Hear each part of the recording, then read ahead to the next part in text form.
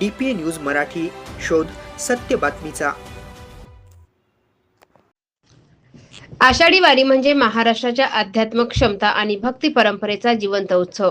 या पवित्र सोहळ्यात येवला पंचायत समितीचे कक्ष अधिकारी, विस्तार अधिकारी आणि कर्मचारी सलग 5व्या वर्षी पायी वारी करत विठुरायाच्या चरणी भक्तिभावाने नतमस्तक झाले आहेत. रामकृष्ण हरी, जय जय रामकृष्ण हरी आणि ज्ञानोबा तुकारामाच्या अखंड जयघोषात त्यांची वारी भक्तिरसाने ओथंबून गेली आहे. यंदाच्या वारीतील विशेष आकर्षण म्हणजे लंडनहून आलेल्या 90 वर्षीय वारकरी किम स्मिथ यांची झाली अनपेक्षित भेट. डोक्यावर विठ्ठल रुक्मिणीची मूर्ती घेऊन अत्यंत उत्साहाने पायी चालणाऱ्या किम स्मिथ यांची भक्ती पाहून अनेक वारकरी भारावून गेले. विस्तार अधिकारी अनिल जऱ्हाड यांनी या अविस्मरणीय क्षणाचा व्हिडिओही आपल्या सहकाऱ्यांसह जतन केला.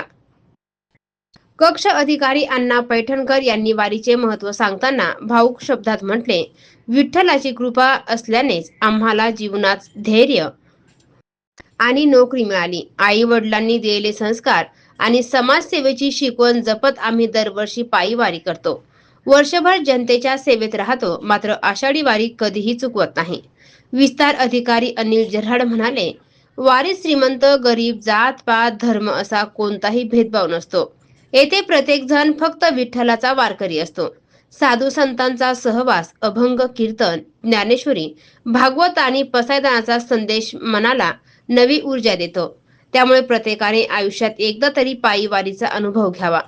वारी दरम्यान दीपक पाटील, योगेश शिंदे आणि गांगुर्डे मामा यांनीही वृद्ध महिला पुरुष वारकऱ्यांना मदतीचा हात देत सेवाभावाने दर्शन घडवले. थकलेल्या वारकऱ्यांना आधार देणे हीच विठ्ठल रुक्मिणीची सेवा असल्याची भावना त्यांनी व्यक्त केली.